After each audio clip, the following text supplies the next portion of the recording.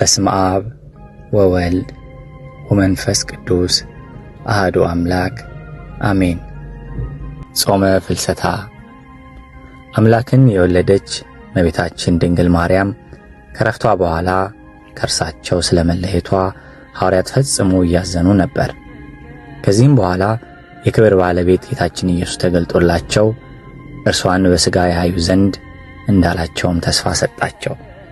ወንጌላዊ ዮሐንስም እስያ በሚባል ሀገር እያስተማረ ሳለ በነሐሴ ወር 16ኛ ቀን ተድላ ደስታ ወዳለባት ገነት በመንፈስ ቅዱስ ተነጠቀ።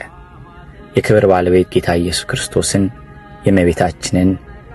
የእመቤታችንን ማርያም ሥጋዋ ካለበት ከዕፀ ሕይወት ዘንድ ተቀምጦ አየው።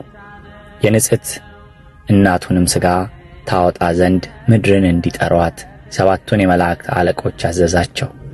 እነርሱም የንጽሕት እናቱን ሥጋ ታወጪ ዘንድ እግዚአብሔር አዞሻል አሏት። ያን ጊዜም ከዕፀ ሕይወት በታች ካለ መቃብር የእመቤታችን ማርያም ሥጋዋ ወጣ። የክብር ባለቤት ጌታችንም እንዲህ እያለ አረጋጋት። የተወደድሽ የወለድሽኝ እናቴ ሆይ ዘላለማዊ ወደ ሆነ መንግሥተ ሰማያት አሳርግሽ ዘንድ ነይ። ያን ጊዜም በገነት ያሉ እጽዋት ሁሉ አዘነበሉ። መላእክት፣ የመላእክት አለቆች፣ ጻድቃን፣ ሰማዕታትም እየሰገዱለትና ፈጽሞ እያመሰገኗት አሳረጓት። አባቷ ዳዊትም ንግሥት እመቤታችን ወርቀ ዘቦ ለብሳ ደራርባ በቀኝህ ትቀመጣለች እያለ በበገና አመሰገናት። በኪሩቤል ሰረገላ ተቀምጣ ካረገች በኋላ በልጆቿና በፈጣሪዋ ቀኝ በታላቅ ክብር ተቀመጠች። ወንጌላዊ ዮሐንስም ከእርሷ በረከትን ተቀብሎ ሰግዶላት ተመልሶ ከሰማይ ወረደ። ሐዋርያትን ተሰብስበው ስለ እመቤታችን ቅድስት ድንግል ማርያም ሥጋ ፈጽሞ ሲያዝኑና ሲተክዙ አገኛቸው። እሱም እንዳየ እንደሰማ ሥጋዋንም በታላቅ ክብር በምስጋና እንዳሳረጓት ነገራቸው። ሐዋርያትም በሰሙት ጊዜ ዮሐንስ እንዳየና እንደሰማ ባለማየታቸውና ባለመስማታቸው እጅግ አዘኑ። ከዚህም በኋላ እያዘኑ ሳሉ እነሆ የክብር ባለቤት ጌታችን ኢየሱስ ክርስቶስ ተገለጠላቸውና የፍቅር የአንድነት ልጆች ሰላም ይሁንላችሁ። ስለ እናቴ ማርያም ሥጋ ለምን ታዝናላችሁ? እነሆም እኔ እርሷን በሥጋ ላሳያችሁ፣ ልባችሁም ደስ ሊለው ይገባል አላቸው። ይህንንም ብሎ ከእርሳቸው ዘንድ ወደ ሰማይ አረገ። ሐዋርያትም ዓመት ሙሉ ቆዩ።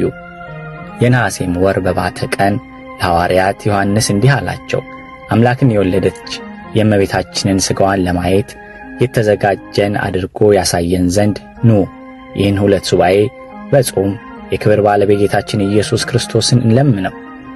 በልጇ በወዳጇ ቀኝ ተቀምጣ አይተን በእርሷ ደስ እንዲለን።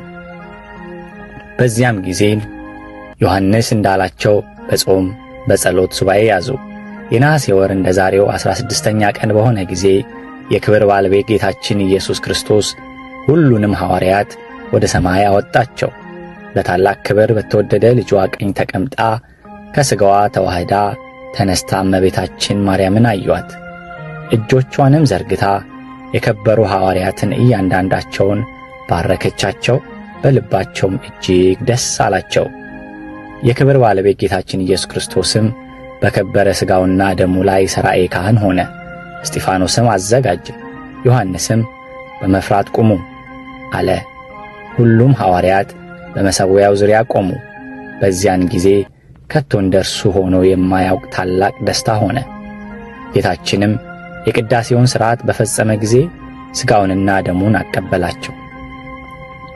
ከዚያም በኪሩቤልና በሱራፌል ሰረገላ ተቀምጣ በምታርግ ጊዜ የክብር ባለቤት ጌታችን ኢየሱስ ክርስቶስ እናቱን እመቤታችን ማርያምን እንዲህ ብሎ ተናገራት። በዚህች ቀን የሆነ የዕርገትሽን መታሰቢያ በዓለም ውስጥ እንዲሰብኩ ልጆችሽን ሐዋርያትን እዘዣቸው። መታሰቢያሽን የሚያደርገውን ሁሉ ጠብቆም በዚህች ቀን ቅዱስ ቁርባን የሚቀበለውን ኃጢአቱን እደመስስለታለሁ።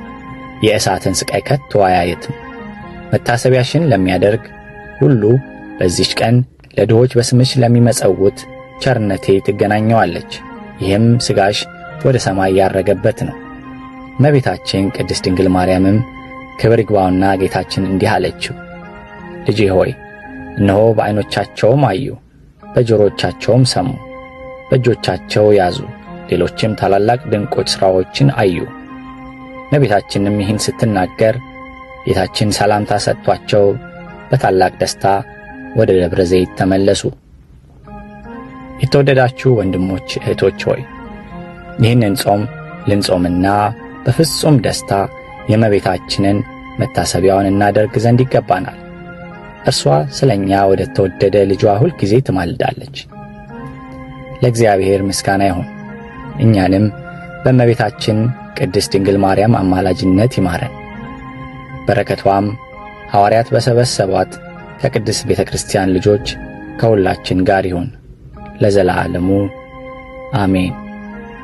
ከመጽሐፈ ስንክሳር ነሐሴ 16 ወስብሐት ለእግዚአብሔር።